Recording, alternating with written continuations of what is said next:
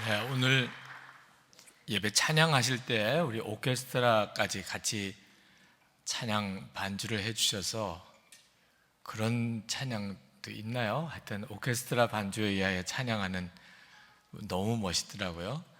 아주 감동도 받았고 너무 감사합니다. 정말 하나님이 살아 역사하시는 일이 우리가 예배 중에도 그대로 드러나면 좋겠고요. 또 하나님이 우리에게 그렇게 마음의 문을 열어주시는 것에 대해서 너무 기쁩니다. 저는 예수님이 정말 제 마음에 와 계시구나 하는 사실을 진짜 깨닫고 또 그 주님과의 교제의 눈이 열리고 난 다음에 제 본래 성격하고는 전혀 다른 담대함을 얻었어요. 어떤 문제가 생기거나 또는 어려운 일이 와도 두려움과 염려 속에 고민하지 않고 놀라운 평안을 하나님 앞에서 누리게 되는 것을 봅니다. 그건 정말 주님이 하시는 것임을 깨닫게 됐어요. 예수님이 우리와 함께 계시면 마귀가 분명히 우리 주변에 강하게 역사하지만 두려워할 일은 전혀 아니라 그 말입니다. 고린도전서 15장 57절 말씀에 보면 우리 함께 읽으실까요? 우리 주 예수 그리스도로 말미암아 우리에게 승리를 주시는 하나님께 감사하노니. 아멘. 정말 그렇습니다. 우리 안에 계신 예수 그리스도로 인하여 하나님이 우리에게 승리를 주세요. 예수님이 내 마음에 계신 것을 아는 게 그렇게 중요해요. 근데 예수님이 제 마음에 이렇게 오신 다음에 일어나는 변화 중에 하나가 기도였습니다. 기도는 늘 급하고 어려운 일이 생기면 그저 사람은 본능적으로 하나님께 기도를 하잖아요. 중병에 걸렸거나 또는 경제적인 어려움이 왔거나 내 힘으로 도무지 해결할 수 없는 문제에 부딪히면 그러면 하나님 고쳐주세요, 살려주세요 그렇게 하는 거잖아요. 근데 예수님이 내 마음에 계신 것을 분명히 알게 되면서부터 전혀 다른 기도가 나오는 겁니다. 내가 하는 기도가 아닌 기도가 나와요. 나로서는 도무지 상상할 수 없는 기도가 나오는 겁니다. 여러분, 기도가 다 같은 기도가 아닙니다. 내 생각으로 하는 기도가 있고 내 안에 계시는 예수님께서 나로 하여금 기도하게 하시는 기도가 있어요. 여러분들이 이제 진짜 기도의 능력을 경험하려면 여러분이 열심히 기도하는 차원으로만 가면은 끝까지 해결이 안 됩니다. 열심히 기도하는 기도도 필요하긴 하지만 성령님 안에서 기도하는 기도가 반드시 눈이 뜨여야 됩니다. 그래서 사도 바울이 영적 무장에 대해서 가르치시면서 우리가 마귀와 싸울 때 하나님의 전신갑주를 입으라고 하면서 그 중에 하나가 기도예요. 마귀와 싸우는 무기가 기도입니다. 그런데 이 기도는 내 마음에 생각되는 대로 내가 마음에 소원하는 것을 하나님 앞에 간절히 울면서 기도하는 기도가 아니에요. 그건 영적 전쟁에 능력이 있는 기도가 아닙니다. 무슨 기도를 하라고 하는 건가? 마음에 안타까운 일, 괴로운 일, 또 너무너무 두려운 문제 다 기도해도 좋아요. 모든 기도와 간구를 하되 사도 바울이 그랬습니다. 하여튼 무엇이든지 하나님께 기도해도 돼. 하나님은 어떤 기도는 듣고 어떤 기도는 안 들으시는 하나님이 아닙니다. 그렇지만 성령님 안에서 기도하기를 힘쓰라고 그랬어요. 오늘 그 말씀을 여러분에게 드리려고 하는 겁니다. 이 말씀을 깨달아야 진짜 예수 그리스도 안에서 우리에게 주신 기도의 능력을 아는 사람입니다. 기도는 그저 내가 생각하고 내가 소원하는 것을 하나님께 아뢰는 일이 아닙니다. 기도는 예수님께서 내게 기도를 시키시는 거예요. 무슨 기도를 해야 되는지 예수님께서 우리의 기도를 친히 인도하세요. 그래서 기도의 역사가 일어나고 난 다음에 우리는 주님이 하셨다고 그렇게 고백할 수 있게 되는 겁니다. 주님이 하셨으니까. 그 기도조차도 주님이 인도하셨으니까. 여러분들이 목사님 하시는 말씀이 무슨 말씀인지 잘 이해가 안 된다고 하시는 분들이 계실 거예요. 사도 바울도 에베소 교인들에게 성령 안에서 기도하라, 이렇게 권하고 난 다음에 예를 들으셨어요. 자기 예를 드셨어요. 에베소 교인들에게 나를 위해서 기도해 주세요. 이렇게 기도 요청을 하면서 사도 바울이 이렇게 말합니다. 19절에 보면 또 나를 위하여 구할 것은 내게 말씀을 주사 나로 입을 열어 복음의 비밀을 담대히 알리게 하옵소서 할 것이니. 지금 사도 바울이 하는 이 말씀은 무슨 뜻이냐 하면 제발 이렇게는 기도하지 말아주세요 이런 뜻이에요. 사도 바울이 지금 감옥에 갇혀 있습니다. 감옥 바깥에 있는 에베소 교인들에게 편지를 하고 있는 거예요. 그런데 에베소 교인들에게 나를 위해 기도해 주세요 하시고는 혹시 이렇게 할까봐 걱정인 겁니다. 어떤 기도죠? 하나님, 사도 바울이 지금 감옥에 갇혔어요. 제발 빨리 나오게 해주세요. 하나님, 제발 사도 바울이 빨리 석방되게 해주세요. 만약에 그렇지 않으면 감옥에서라도 아주 따뜻한 밥 먹고 또 따뜻한 옷 입고 편안한 대우 받으면서 지내다가 만기 출소할 때 얼굴이 아예 뽀얗게 해서 그렇게 나오게 해주세요. 이런 식으로는 기도하지 말아달라는 거예요. 여러분, 그런 기도가 뭐 잘못됐나요? 아니, 여러분 입장이 만약에 담임 목사인 제가 그러니까 감옥에 그렇게 복음 전하다가 잡혀 들어가면 여러분들은 빨리 석방되라고 기도 안 할 거예요? 그건 뭐 저절로 그런 기도가 나오지요. 아니, 제발 좀 빨리 하나님 석방하게 해주세요. 감옥에서라도 편안하게 잘 보내게 해주세요. 이런 기도가 그냥 사람이면 저절로 나오지요. 근데 사도 바울이 제발 그렇게 기도할까 봐 걱정하는 거예요. 에베소 교인들이 그런 기도할까 봐 걱정하는 거예요. 그래서 어떤 기도를 하라고까지 가르쳐 주세요. 나를 위해 기도하되 꼭 요렇게 기도해 주세요. 근데 그 기도가 참 이상한 기도예요. 나를 위해 구할 것은 내게 말씀을 주사 나로 입을 열어 복음의 비밀을 담대히 알리게 하옵소서 할 것이니.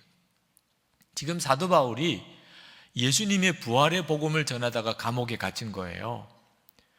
그런데 계속해서 예수님의 부활의 복음을 담대히 전하면 그 지금 석방이 될 가능성이 더 어려워지잖아요. 그런데 사도 바울은 교인들에게 나를 위해 기도해 주되 내가 빨리 석방되기를 기도하지 말고 더 오래 감옥에 있기를 기도해라. 그 대신에 나에게 어떤 기회가 오든지 조금도 굴하지 않고 담대히 무슨 말을 전해야 될지 알게 하시고 복음을 전할 수 있도록 그렇게 기도를 좀 해주세요. 이렇게 말씀하고 있는 겁니다.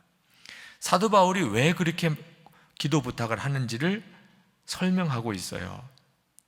20절에 보면은 이 일을 위하여 내가 쇠사슬에 매인 사신이 된 것은 나로 이 일에 당연히 할 말을 담대히 하게 하려 하심이라.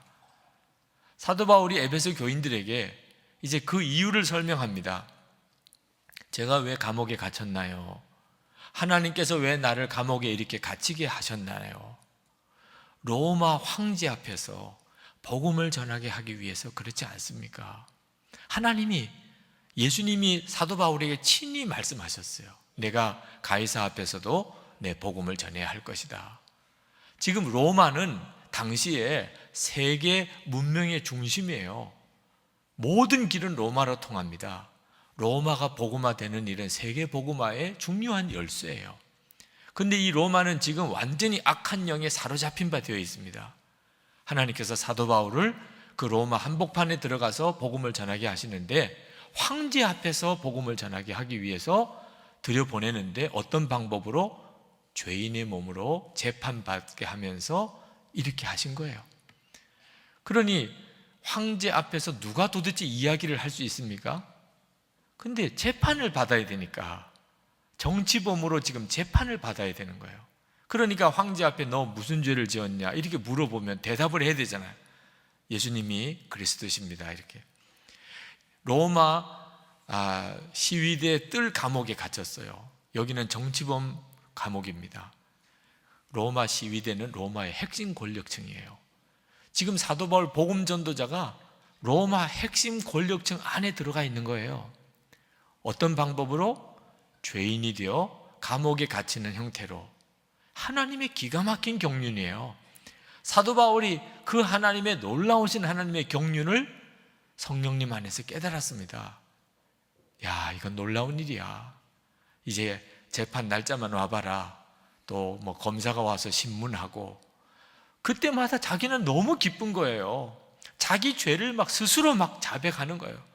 나는 이렇게 예수님의 부활을 전하고, 나는 이렇게 살아계신 예수님을 만났고, 뭐 그게 너무 흥분되는 거예요. 사도 바울은 뭐가 걱정이에요? 빨리 석방되는 게 걱정이에요. 에베소 교인들에게 제발 나 석방되게 기도하지 마세요. 내가 담대히 복음 전하게, 어떤 상황에서든 전할 말을 하나님이 깨닫게 하시고 담대히 복음 전하게 그렇게 기도해 달라는 거죠. 여러분, 사람의 생각으로 하는 기도와 성령님께서 깨닫게 하여 기도하는 게 얼마나 다른가요? 그러니까 사도 바울이 지금 성도들에게 여러분들이 마귀와 이제 싸우는데 우리가 마귀의 계략을 어떻게 알겠어요? 하나님의 섭리를 또 우리가 어떻게 알겠어요? 우리 안에 오시는 성령님께서 그것을 도와주신단 말입니다. 그러니 기도를 해도 그냥 생각나는 대로 어려운 일은 피하게 해주세요, 고생은 안 하게 해주세요, 힘든 일은 지나가게 해주세요, 이렇게 기도하지 말고 성령의 도우심을 받으라는 겁니다. 하나님이 어떻게 하실 것인가를 성령님이 깨우쳐 주실 거니까 그 하나님이 하시려는 그 일로 기도를 하라는 거예요. 그때부터 기도에는 역사가 있고 능력이 있는 겁니다. 우리 마음대로 기도하는 기도는 하나님이 응답을 못 해주세요. 왜? 하나님의 뜻하고 안 맞거나 우리에게 유익하지 않는 기도를 하면 하나님이 어떻게 들어주실 수 있겠어요? 그러므로 우리가 기도할 때 성령 안에서 기도하는 일이 매우 중요합니다. 예수님께서 이제 십자가에 달리실 것을 제자들에게 처음 말씀하신 적이 마태복음 16장입니다. 그때 예수님이 이제 예루살렘에 올라가서 바리새인과 서기관 제사장들 앞에서 고난당하고 그리고 죽을 것에 대해서, 그 다음에 부활에 대해서 말씀을 하셨어요. 그때 베드로가 예수님이 십자가에 달려 죽는다는 말씀을 듣고 얼마나 충격을 받았는지 예수님이 그런 일을 당하지 않게 되기를 바란다고 나서서 막았습니다. 마태복음 16장 22절에서 베드로가 예수를 붙들고 항변하여 이르되 주여 그리 마옵소서, 이 일이 결코 주께 미치지 아니하리이다. 여러분, 베드로가 뭐 잘못했어요? 제자가 선생님이 죽을 거라고 그러니 그런 일은 없으면 좋겠다고 그렇게 막은 것이 뭘 잘못한 거예요? 근데 얼마나 예수님이 베드로에게 책망을 심하게 하셨는지 깜짝 놀랄 정도예요. 이런 책망을 하시다니. 베드로 보고 사탄이라고까지 이야기를 하셨어요. 마태복음 16장 23절에 예수께서 돌이키시며 베드로에게 이르시되 사탄아 내 뒤로 물러가라, 너는 나를 넘어지게 하는 자로다. 내가 하나님의 일을 생각하지 아니하고 도리어 사람의 일을 생각하는도다. 베드로가 왜 이런 책망을 받았지요? 지금 하나님께서 온 인류를 구원하시는 구원의 놀라운 역사를 행할 때가 됐어요. 그런데 베드로가 그걸 가로막고 있는 겁니다. 절대로 그런 일은 없기를 바랍니다. 베드로가 자기 생각만 한 거예요. 사람의 생각만 한 겁니다. 스승 예수님이 고난당하는 일은 없었으면 좋겠다. 누구나 다 고난당하는 거 싫지요. 그러나 이 상황은 그게 아니란 말입니다. 그러니 얼마나 예수님께서 마음이 안타까우시며 주님의 십자가 구원을 가로막는 게 사탄의 역사부터 온 거니 베드로가 자기도 모르게 사탄에게 이용당하고 있는 거죠. 그래서 엄히 책망을 한 겁니다. 앞으로 그런 일이 있어서는 안 되겠기 때문에. 그런데 베드로로서는 하나님의 일을 어떻게 알 수 있어요? 그저 베드로로서는 인간적으로 그저 이야기할 수밖에 없잖아요. 성령을 받기 전이었기 때문에. 베드로가 성령님을 마음에 모시고 주의 일을 하기 전이었기 때문에 베드로가 이런 처지에 빠지게 됩니다. 그러니까 베드로는 예수님을 위해서 잘한다고 한 것이 오히려 예수님을 너무 힘들게 만든 거죠. 여러분, 주를 위해서 일하고 기도를 해도 성령 안에서 기도하지 않으면 이런 꼴이 돼요. 근데 이게 달라집니다. 얼마 지나지 않아서 확 바뀌어요. 이제 예수님의 제자들이 성령을 받습니다. 오순절 마가다락방에서 성령을 받아요. 그 다음에 그들은 나가서 전도를 하게 됩니다. 나가서 예수님이 부활하셨다고 전도를 하는데 붙들려 갑니다. 붙들려 가서 무지하게 매를 맞고 감옥에서 고통을 당하고, 그리고는 다시 예수님의 이름으로 말을 전하면 이제는 너희들 죽는다, 이런 경고를 받고 풀려나요. 그때 제자들이 어땠는지 아십니까? 사도행전 4장 29절부터 읽어보면 그때 풀려나고 난 다음에 하나님께 이렇게 기도를 해요. 주여, 이제도 그들의 위협함을 굽어보시옵고 또 종들로 하여금 담대히 하나님의 말씀을 전하게 하여 주시오며 손을 내밀어 병을 낫게 하시옵고 표적과 기사가 거룩한 종 예수의 이름으로 이루어지게 하옵소서 하더라. 빌기를 다음에 모인 곳이 진동하더니 무리가 다 성령에 충만하여 담대히 하나님의 말씀을 전하니라. 어떻게 이렇게 바뀌어지지요? 베드로가 예수님의 십자가가 없었으면 좋겠다고 그러던 때가 바로 얼마 전인데, 지금은 이런 위협함을 하나님 지켜보고 아시지요? 그러나 우리에게 더 담대하게 복음을 전하게 해주옵소서, 이렇게 기도가 나와요. 성령 충만하고 난 다음에 이렇게 바뀐 겁니다. 그러니까 성령의 역사가 사람의 기도를 완전히 바꿔놓아요. 우리가 성령의 도움을 받지 않고 기도할 때하고 성령의 도움을 받고 기도할 때가 달라요. 기도가 완전히 달라요. 제가 목회하던 교회에서 한 번은 교회 안에 큰 싸움이 벌어졌습니다.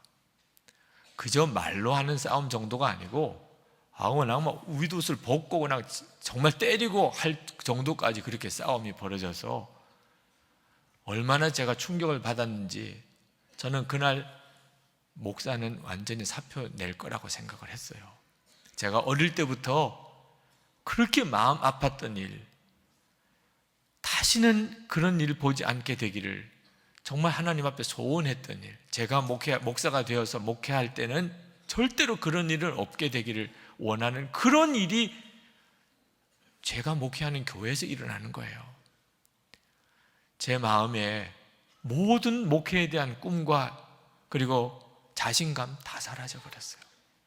이제 나는 더 목회 못하겠다. 지금까지 하느라고 했지만 이제는 더 이상 못하겠다. 그리고 정말 목회를 접었어요. 근데 그날 밤이 지나고 새벽 기도 시간이 왔는데 목회를 그만두고 사표를 써도 오늘 새벽 기도는 인도를 해야 되잖아요. 그러면 난 안 나간다 그럴 수는 또 없잖아요. 새벽 기도를 인도하려고 가지만 무슨 말씀을 전해야 될지도 모르겠어요. 근데 교회 문을 딱 여는 순간에 갑자기 깨달아지는 것이 마귀 역사구나. 너무나 분명하게 이게 마귀 역사구나 하는 게 깨달아지더라고.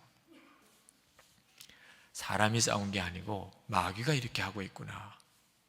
그래서 이제 겨우 성경을 보고 간단히 말씀을 전하고 기도하시자고, 교인들도 마음이 무겁고 새벽기도 나오신 분들도 참 마음이 무거운 형편인데 강단 뒤에서 무릎을 꿇고 기도하는데 하나님께서 제 마음에 질문을 주세요. 너 마귀가 뭘 원하는지 알겠느냐? 마귀가 뭘 원하나? 생각해 보니까 교회가 완전히 싸워 분열되는 걸 원하더라고요.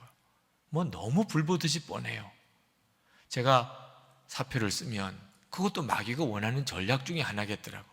하다 유목사는 성격이 이상해가지고 하다 이런 일이 생기면 나 못해, 나 안 해, 이렇게 나올 거고, 그러면 또 교회는 더 그냥 정말 불을 난데 기름 끼얹는 격으로 그냥 더 교회가 양쪽으로 극단으로 갈라져서 싸우게 될 거다. 그러면 교회가 싸움 난 교회 다 아시잖아요. 어떤 일이 그 다음 벌어질지. 그게 마귀가 원하는 거구나. 그래서 그때 하나님께 드렸어요. 기도를. 하나님, 제가 마귀가 원하는 대로는 절대로 안 하겠습니다. 너무 분하기도 하고, 마귀가 다 각본을 가지고 이게 역사를 하는데, 요 다음에는 요렇게, 요 다음에 요렇게 가겠구나, 이게 보이니까 나는 절대로 마귀가 하는 대로 안 하겠습니다. 그리고 제가 목회 못 하겠다고 하는 말도 안 하기로 했어요. 그건 마귀가 좋아하는 말이니. 그 다음에 반대하시는, 제가 목회하는 것에 대해서 반대하시는 분하고 찬성하는 분들 사이에 싸운 거거든. 그 반대하시는 분들의 심정을 생각을 해봤어요. 그분들도 다 교회를 사랑하시는 분이더라고. 어떤 의견이 달라서 그렇지, 또 그 의견을 조절하는 그런 방법을 몰라서 그렇지, 다 나름대로 교회를 위해서 열심히 충성하시는 분들이에요. 그렇다면 뭐 문제가 될 게 없잖아. 꼭 내 방법대로만 해야 되는 것도 아니고, 그래, 그분들이 하는 방법으로 그대로 하자. 그래서 조금 시간이 더 걸리더라도 이렇게 싸우는 것보다야 낫지. 그래서 이제 제가 그동안 해왔던 방법은 다 포기하고 그 장로님들이 주장하는 방법대로 그냥 하기로 결정을 했어요. 그러니까 마귀가 이제 더 이상 문제를 걸 이유가 없는데, 또 그게 또 불만인 분들이 생기더라고요. 그래서 제가 간곡하게 부탁을 했어요. 어디가 옳다 그르다 말하지 마시고, 우리 마음에 우리들 서로에 대한 미움이 사라지기를, 우리 속에 분노가 사라지기를 하나님 앞에 기도하시라고. 미움도 사라지고 분노도 사라지고 나면 그 다음에 이렇게 하는 게 좋겠다, 저렇게 하는 게 좋겠다 하는 말은 그 다음에 해도 하고, 그전에는 1절 말하지 말고 상대방이 원하는 대로 다 하시자. 상대방이 원하는 대로. 어떻게 될지 모르겠더라고요. 교회가 앞으로 어떻게 갈지 도무지 가늠을 못하겠더라고요. 그러나 한 가지 분명한 것은 마귀가 원하는 각본대로는 가지 말아야지. 그래서 마귀가 이렇게 하기를 원한다, 그럼 무조건 정반대로 가는 거예요. 마귀가 이럴 거라고 예상하면 무조건 정반대로 하는 거예요. 그리고 성령님께서 인도해 주시기를 구하고 또 기도하고, 그렇게 3개월이 지났어요. 3개월이 지나고 기적이 일어났어요. 정말 마음의 미움이 사라지는 거예요. 말하지 않고 서로를 위해서 기도만 하고 성령님이 인도해 달라고만 매달려 구했더니 3개월 딱 지나니까 교인들 사이에 얼굴 표정이 달라지고 말이 달라지고, 이제는 마음의 앙금이 확 다 가라앉아 버렸더라. 그리고 다시 모여서 우리가 싸우지 말고 앞으로 우리 교회가 어떻게 가면 좋겠는지를 의논해서 마음이 하나가 되고, 성찬을 처음 3개월 만에 성찬을 하면서 다 울었어요. 그리고 교회가 급히 부흥이 됐어요. 그 사건 때문에 오히려 더. 제가 그 일을 겪으면서 정말 기도를 성령님 안에서 해야 되는 거구나. 아무렇게나 기도한다고 기도가 아니에요. 기도를 성령님 안에서 해야, 그래야 하나님이 나를 인도하셔서 마귀가 우리를 잡아먹어, 우는 사자같이 잡아먹을 듯이 우리에게 달려들어도 오히려 그것을 완전히 뒤바꾸어서 하나님의 영광을 드러내는 일을 하시는구나 하는 사실을 깨달았어요. 여러분, 사탄이 우리를 기도 못하도록 공격합니다. 왜냐하면 하여튼 기도만 하면 이런 역사가 일어나니까 그래요. 우리가 계속해서 기도하면 그 다음에 성령님이 우리를 도우시는 문들이 열려요. 그래서 사단은 어떻든지 기도를 못하게 막습니다. 여러분 중에 지금 현재 기도가 잘 안 되시는 분, 기도가 어렵다고 느끼시는 분 혹시 계십니까? 그러면 두말할 것도 없이 지금 마귀에게 완전히 당하고 있는 거예요. 마귀가 여러분의 마음속에 들어와서 여러분의 영적인 상태를 완전히 틀어막고 있는 거예요. 예외가 있다고 생각하는 분은 나중에 저에게 오세요. 목사님, 저는 예외인 것 같습니다. 다 속고 있는 거예요, 마귀에게. 여러분, 기도는요, 하나님이 우리에게 주신 엄청난 축복이에요. 기도는 쉬워야 정상이에요. 기도를 쉽게 하게 하려고, 기도가 너무너무 쉽게 느껴지고 기도가 너무 재미있고 기도가 너무 내게 주신 축복이라고 여기게 해 주시려고 예수님이 십자가에 죽으셨다고요. 예수님이 십자가에 달려 죽으실 때 무슨 일이 벌어졌어요? 성전에 지성소를 가로막고 있던 휘장이, 그 휘장은 하나님과 우리 사이를 가로막고 있는 휘장을 뜻합니다. 위로부터 아래까지 쫙 갈라졌어요. 하나님과 우리 사이에 가로막힌 게 이제는 다 무너졌어요. 다시 말하면 우리가 언제든지 하나님 앞에 달려가서 하나님, 이런 내 사정이 있습니다. 하나님, 제게 이런 어려운 문제가 하나 있습니다. 얼마든지 하나님께 나가서 기도할 수 있는 복을 하나님이 우리에게 주시려고 예수님 십자가에 죽으신 거예요. 기도가 어려운 것이 예수 믿기 전의 일이에요. 하나님이 우리에게 예수님을 보내주시기 전에는 그랬어요. 로마서 8장 15절 말씀을 한번 같이 읽어봅시다.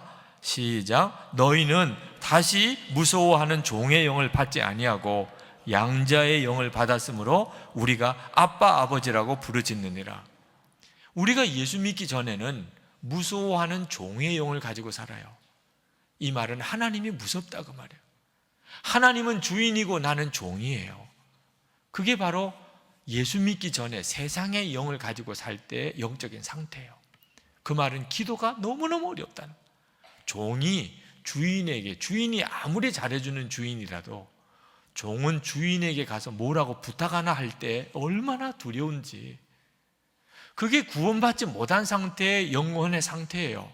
근데 예수 믿고 내가 십자가의 은혜를 힘입고 나면 이제는 하나님을 아버지라고 부르게 해주시는 양자의 영 성령이 오셨어요. 그래서 내가 하나님을 아버지라고 부르는 거예요. 여러분들이 집에 들어가면 집에 있는 아이들이 엄마, 아빠 하고 달려 나올 때처럼 꽃같이 만들어 주셨다는 거예요. 기도가 쉽게 해주셨다는 거예요. 누구든지 기도하게 해주셨다는 거예요. 살인마, 세상에서 다 버리고 사형 언도를 받은 이런 살인마라도 예수님만 영접하면 하나님께 얼마든지 기도할 수 있게 되고, 탕자라도 예수님만 영접하면 얼마든지 하나님께 기도할 수 있고, 어린아이라도, 아무것도 모르는 어린아이라도 예수님 안에서 얼마든지 하나님께 기도할 수 있게 된 것이 기도의 축복이에요. 그런데 기도가 어렵다니, 그런데 기도가 안 된다니, 이게 무슨 일이에요? 완전히 마귀에게 이 엄청난 기도의 축복을 다 뺏겨버렸다는 거예요. 뺏기고도 모르는 거예요. 진짜 중요한 축복을 다 뺏기고도 자기가 그런 엄청난 도적질을 맡고 있다는 걸 모르는 거예요. 여러분, 여러분의 귀중한 것을 도적 맞으면 여러분 어떻게 하나요? 집에 도적이 들어와서 결혼 폐물도 가져가고 집 문서, 땅 문서도 다 가져가고 나면 여러분 어떻게 하나요? 경찰에 신고하고 그거 되찾으려고 얼마나 안타깝게 몸부림을 치겠어요. 여러분 보이스피싱에 속아가지고 여러분 예금했던 거 다 날아가 버렸어요. 그러면 여러분 어떻게 하나요? 그거 어떻게든지 되찾을 방법이 없을까? 은행에 가서 알아보고 법원에 가서 알아보고 난리 아니겠어요? 여러분 사랑하는 자녀를 잃어버렸어요. 길에서 어떻게 하시나요? 밥 먹지도 않고 자지도 않고 피켓 들고 전단 나누어주면서 애 찾으러 돌아다니지 않겠어요? 근데 기도의 축복 잃어버리고 나면 왜 어째 이렇게 편해요? 기도가 안 돼. 나 기도가 너무 힘들어. 그리고 어째 그렇게 가만히 있어요? 참 사람도 좋아요. 그죠? 그 중요한 축복을, 그 소중한 걸 잃어버리고 난 다음에 어째 그렇게 천하태평이에요? 여러분 지금 누가 여러분의 목을 콱 졸라매서 숨을 못 쉬게 하면, 그러면 숨쉬기 힘들구나 그러고 죽어요? 발버둥을 칠 거예요. 발버둥을. 그런데 왜 마귀가 여러분의 영적인 숨통을 딱 조여오는데 그렇게 그냥 편안하게 잠만 자요? 진짜 몰라서 그런 거죠. 내가 기도의 축복을 잃어버린 것이 이게 얼마나 심각한 손해인지, 하나님이 내게 어떤 기도의 복을 주신 건지를 너무 모르니까 완전히 마귀에게 속는 거죠. 그래서 사도 바울이 깨어 구하기를 항상 힘쓰라고 한 거죠. 기도가 안 되는 것은 그 자체가 우리에게 너무 억울한 일이니까. 예수님은 십자가에 피 흘려 죽으시기까지 하셨고, 하나님은 나를 위해 독생자까지 주시면서 내게 주신 게 기도의 축복이라고요. 그런데 나는 기도가 안 돼요. 이건 진짜 정말 미칠 일이죠. 깨어 구하기를 항상 힘쓰라. 이건 정말 잊어버리면 안 될 일이에요. 여러분들이 정말 마음을 다잡고, 하나님 나 절대 이거 잊어버릴 수 없어요. 내가 어떤 걸 잊어버려도 어떻게 이걸 잃어버릴 수 있어요? 하나님께 나가 담대히 구하고, 자녀가 아버지에게 구할 때 받는 그 응답을 내가 받는 이 축복을 어떻게 잊어버려요? 여러분이 그렇게 하시면 반드시 여러분이 다 기도의 복을 받습니다. 마귀가 어떻게 할 방법이 없어. 이젠 진리를 알았고 비밀을 깨닫고 하나님께 담대히 나가 기도의 복을 구하는데, 모를 때는 눈을 가리고 그래서 기도의 숨통을 완전히 틀어막지만, 본인이 깨닫고 난 다음에는 내 건데 말이에요. 기도의 축복이 어떻게 막아요? 그러나 기도를 하는 일들도 여전히 조심할 게 하나 있어요. 마귀가 우리를 기도 못하게 막다가 도무지 막을 수가 없게 되면 그 다음에는 기도를 왜곡시켜 버립니다. 어떻게? 자기만을 위해서 기도하게 해요. 편안한 것만을 위해 기도하게 합니다. 그래서 하나님 앞에 나와 기도할 때, 하나님 언제나 우리 애, 내 사업, 그리고 좀 힘든 거 없게 해주세요. 좀 고생 지나가게 해주세요. 요 기도만 하게 만드는 거예요. 그래서 사도 바울이 여러 성도를 위해 구하라고 말씀했어요. 여러 성도를 위해 구하라는 것은 하나님이 우리에게 주신 기도의 역사가 나를 위해서 기도하게 하려고 함이 아니기 때문이에요. 여러분을 위한 기도는 성경에 안 해도 된다고까지 이야기했어요. 먼저 그의 나라와 의를 구하라. 그리하면 이 모든 것을 너에게 더해 주리라. 그게 하나님의 계획이에요. 하나님이 우리에게 기도의 축복을 주신 것은 우리가 기도를 통하여 여러 성도를 돕기 위해서 그렇습니다.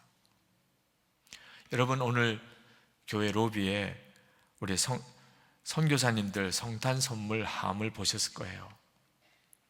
그때 무슨 마음이 드셨나요? 선교사님들을 위해서 성탄 선물을 드린다.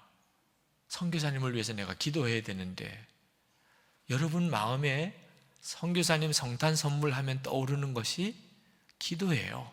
성령님이 뜻하시는 게 그거예요. 선교사님들을 위해서 양말 하나가 필요하고 라면 한 박스가 필요하겠어요? 진짜 중요한 건 기도를 일으키기 위함이에요. 선교사님 파송할 때 내가 기도해 드리겠다고 했는데 어느덧 나도 모르게 내 문제에 매여 사느라고 기도를 못하고 있네.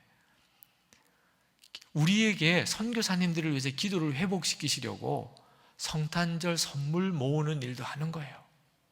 여러분, 한마음 한몸 기도에 내일 기도해 달라고 이렇게 요청을 받았어요.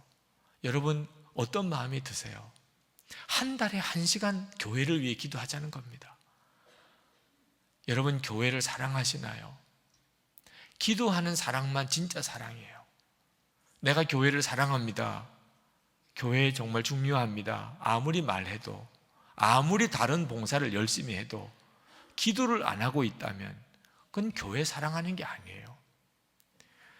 A.W. 토저 박사가 열심 있는 그리스도인들이 범할 수 있는 가장 보편적인 과오는 하나님의 일에 너무 바빠 하나님께 기도하는 것을 게을리하는 일이다 라고 했습니다. 속장, 선교회장, 교사, 성가대 다 좋아요. 봉사, 안내 다 귀합니다.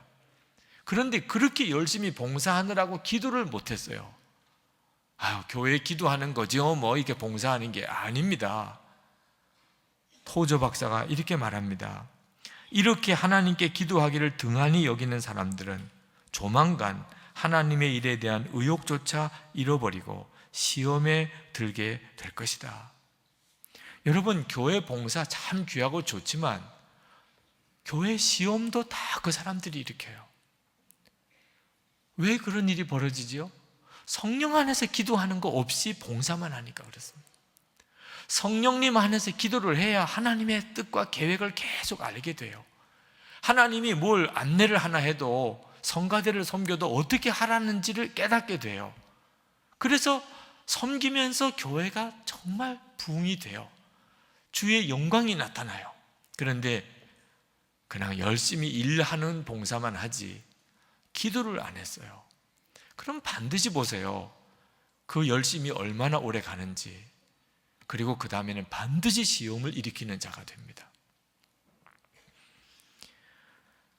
우리 민족을 위해서 여러분 통일을 위해서 기도하시나요? 월드컵 때 텔레비 보는 것만 나라 사랑하는 게 아니라니까요. 여러분 민족을 위해서 진짜 통일을 위해서 기도하시나요?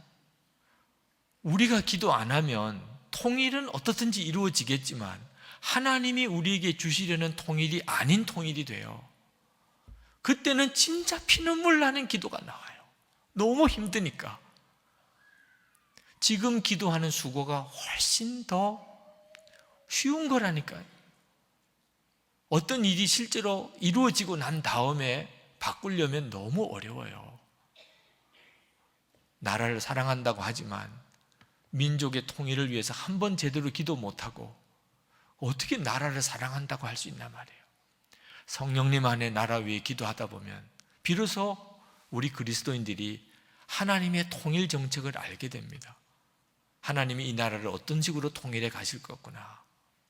그래서 그 하나님이 하시려는 일에 동참할 수 있게 돼요. 그러나 여러 사람을 위해서 기도하라고 하지만 가족을 위해서 기도 안 하면서 여러 사람을 위해서 기도한다는 말은 거짓이겠죠. 여러분, 가족 사랑은 기도예요. 남편이 아내를 사랑하는 것도, 아내가 남편을 사랑하는 것도, 부모가 자녀를 사랑하는 것, 자녀가 부모를 사랑하는 것, 전부 다 기도가 없으면 다 거짓이에요. 어떤 것으로 사랑한다고 표현해도 다 거짓이에요. 예수님 안에서는 그렇습니다. 우리 안에 계시는 예수님께서 기도시키시는 분이니까요. 기도하는 것처럼 놀라운 사랑이 없어요. 이번 목요일에 우리 감리교 목회자 기도 모임이 열리는 교회 담임 목사님, 사모님이 참 귀한 분이에요. 그분이 최근에 셋째 아이를 얻었습니다. 다운 증후군인 아이예요. 그런데 목사님이 그 아이가 다운 증후군인 아이인 걸 알고 얼마나 마음이 괴로운지 하나님에게 너무너무 원망스러운 거예요. 하나님, 목회를 어떻게 하라고? 교인들을 위해서 목회하는 것도 이렇게 힘든데 이 셋째 아이를 하나님 어떻게 내가 책임지고 기릅니까? 하나님 좀 도와주시기라도 하셔야지. 이런 마음이 그냥 속에서부터 일어나더라는 거예요. 그런데 하나님 앞에 새벽기도 나가서 기도하는데 책망이 오는데, 너는 지금까지 나를 기뻐한 거냐? 진짜 너 나로 인해서 기뻐한 거냐? 아니면 좋은 일이 생겨서 기뻐한 사람이었냐? 생각해 보죠. 자기는 그동안에 뭘 기뻐했나?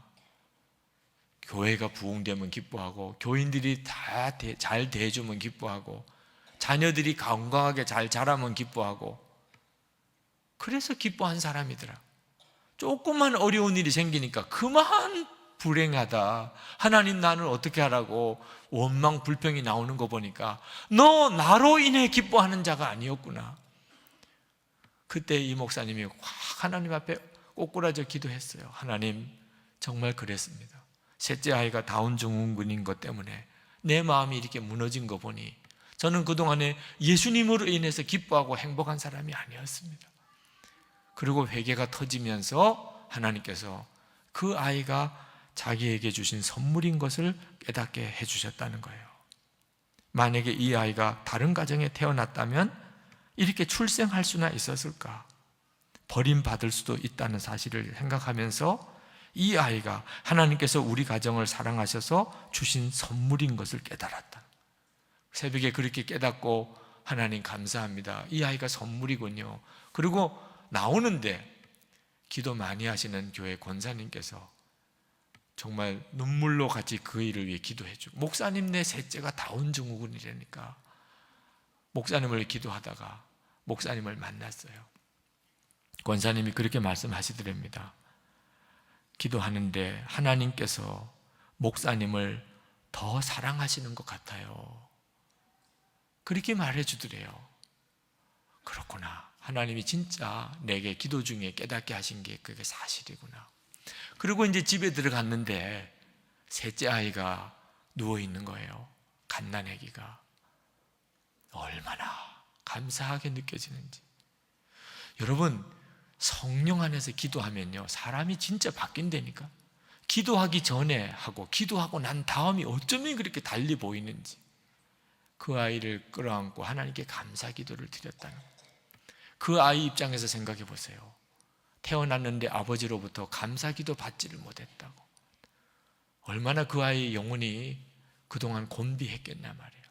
아버지 품에 안겨서 하나님 감사합니다, 이런 기도를 받았다는 거죠.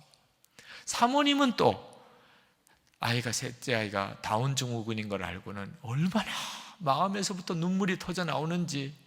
그런데 울지를 못하는 거예요. 교인들이 보는 앞에서는, 장애아가 있는 교인들은 어떻게 생각하겠어요? 목사님, 내 셋째가 다운 증후군이라는데 사모님 얼굴이 눈물 범벅인 거 보니 장애아가 있는 경우는 이건 하나님의 저주구나. 저렇게 믿음 좋은 사모님도 저 정도니 그럴 거 아니겠냐 말이에요. 집에서도 울지 못해요. 첫째, 둘째가 뭐라고 그러겠어요? 엄마가 왜 저렇게 슬프지? 셋째 동생 때문이구나. 저 아이는 우리 집의 슬픔이야. 이 아이들이 그렇게 생각하지 않겠어요?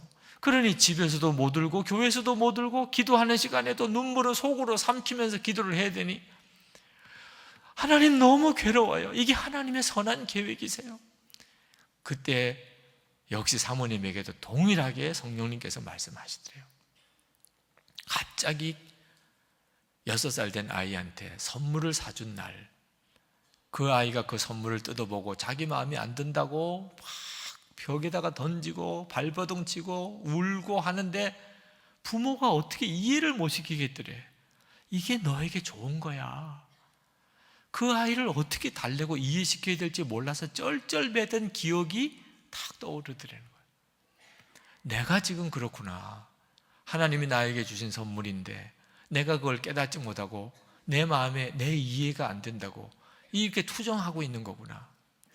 그리고 하나님 너무 죄송해요.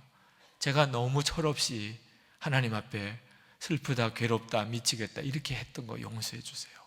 근데 그때 진짜 마음에 확 믿음이 오는 것이 이 아이가 하나님의, 나를 향한 하나님의 축복의 선한 계획이구나. 이 아이로 인해서 앞으로 내가 소망의 눈이 더 열리고 그리고 사랑의 눈이 열리겠구나. 그처럼 사랑이 많은 사모가 되게 해달라고 기도했었는데 하나님이 정말 적합하게 내게 주신 선물이구나. 그리고 하나님 앞에 울면서 감사기도 드리고 방에 들어와서 셋째를 보니까 진짜 그렇게 감사하더래요. 선물이구나, 하나님이 주신 선물이고. 그 엄마 품에 안겨서 그렇게 감사의 기도를 받은 그 아이의 영혼이 얼마나 복될까요? 그 아이를 데리고 오셨어요. 목사님 기도해달라고. 보니까 다운 증후군이에요. 얼굴이 벌써 생김새가 그렇더라고. 근데 목사님, 사모님이 얼굴이 얼마나 밝은지 처음에는 제가 좀 어리둥절했더니 그 이야기를 듣고 진짜 감동이더라고. 하나님, 정말 이건 놀라운 일이네요. 여러분, 성령님 안에서 기도하면 진짜 역사가 일어나요. 하나님이 우리에게 주신 엄청난 축복이에요. 우리에게 부딪히는 모든 일에 대한 하나님의 계획을 알게 하세요. 그래서 예수님께서도 기도하기 전에 먼저 내 안에 거하라. 요한복음 15장 7절에 너희가 내 안에 거하고 내 말이 너희 안에 거하면 무엇이든지 원하는 대로 구하라. 그리하면 이루리라 그랬어요. 기도하기 전에 반드시 먼저 해야 될 일이 예수님 안에 거하서 예수님과 하나 되는 거. 주님이 내 기도 이끌어 가실 수 있도록 해드리는 거. 예수님 마음에 모신 것은 이건 엄청난 일이에요. 우리 기도에 완전히 혁명이 일어나는 거예요. 오늘 정말 우리가 좀 깊은 기도를 해보고 싶어요. 좀 이제 정말 하나님 앞에 깊이 기도해보고 싶습니다. 성령님 안에서 기도하는 기도를 해보고 싶어요. 여러분의 마음과 생각에 진짜 변화가 오는지, 하나님의 능력이 여러분 가운데 정말 임하는지, 우리가 기도를 시작하면 반드시 첫 번째 응답이 성령으로 오세요. 누가복음 11장 13절 말씀에 너희가 악할지라도 좋은 것을 자식에게 줄 줄 알거든 하물며 너희 하늘 아버지께서 구하는 자에게 성령을 주시지 않겠느냐. 여러분이 오늘 진짜 기도하면 하나님의 성령이 여러분에게 임해요. 아니 지금 나는 돈이 필요한데 무슨 성령이. 아니에요. 아이가 울면요 제일 먼저 응답이 엄마잖아요. 배가 고파서 울어도, 기저귀 갈아달라고 울어도, 몸이 아파 울어도 먼저 오는 응답은 엄마잖아요. 엄마가 다 해결해 주는 거잖아요. 우리도 어떤 문제 때문에 기도를 해도 응답은 성령님으로 오세요. 성령님이 임하시면 응답은 다 받은 거예요. 성령님이 우리 문제를 기가 막히게 다 풀어줍니다. 하나님의 뜻을 깨닫게 하고 하나님이 하실 일을 보여주시고 그 가운데도 평안과 감사를 주시고 기적이 일어나요. 이게 바로 영적인 승리예요. 마귀가 아무리 우리를 넘어뜨리고 와도 성령 안에서 기도하면 반드시 이겨요. 기도합시다. 이 시간 정말 성령의 역사하심을 구하고 기도합시다. 하나님, 제가 그동안 기도 축복 잃어버린 거 하나님 회개합니다. 잃어버리고도 제가 잃어버린 줄도 몰랐던 거 회개합니다. 하나님, 이 시간에 주님을 구합니다. 예수님, 제 마음과 생각을 주장해 주옵소서. 우리 다 같이 통성으로 기도합시다. 은혜와 사랑에 충만하신 아버지 하나님, 놀라우신 하나님의 은혜를 사랑하는 모든 성도들 위해 부어 주옵소서. 아버지 하나님, 정말 사모하고 갈망하고 소원합니다. 오늘도 주님 앞에 나와 기도하는 모든 성도들을 주님의 승하신 손에 사로잡아 주옵소서. 성령님 안에서 기도함, 성령님 안에서 하나님 기도함, 성령님이 기도를 이끌어 주소서. 우리 마음에 오시고 역사하시고 우리를 인도하시는 성령님께 나의 모든 문제 하나님 다 주님께 맡깁니다. 두려움과 염려도 하나님, 근심과 걱정도 불평과 원망도 아버지 하나님 다 주님께 맡깁니다. 은혜로우신 아버지 하나님, 오늘도 사랑하는 모든 성도들을 하나님 능하신 손에 사로잡아 주옵소서. 내가 원하는 것 나의 원대로 마옵시고 아버지 원대로 하옵소서. 주님께 온전히 맡기는 성도들에게 주님이 역사하소서. 아버지 하나님, 축복하시고 사로잡아 주소서. 오늘도 건져주시고 살려주소서.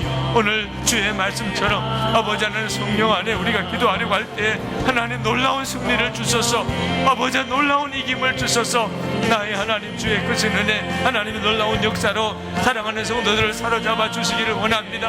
하나님의 놀라우신 은혜로 사랑하는 성도들 축복해 주시기 원합니다. 주의 권능으로 사로잡아 주소서. 하나님의 놀라운 은혜로 사로잡아 주소서. 나의 아버지, 그 가운데로신 아버지 역사하소서. 충만하소서. 주님 축복해 주소서.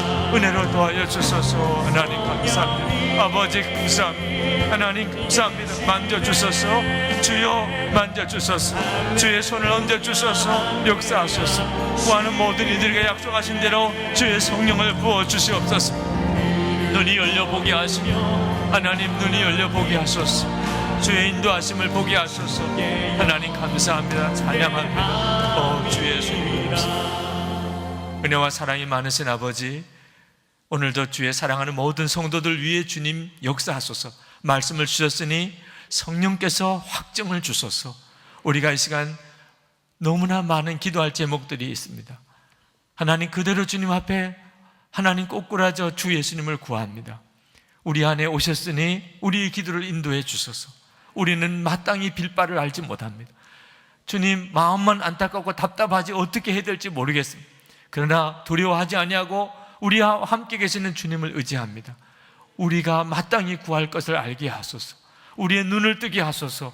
성령님 안에서 기도하게 하소서. 사랑하는 성도들의 심령을 만져주시고 머리 위에 안수해 주옵소서. 오늘도 주를 만나는 놀라운 은혜 눈 뜨고 하나님 약속하신 말씀이 그대로 심령에 이루어지게 하소서.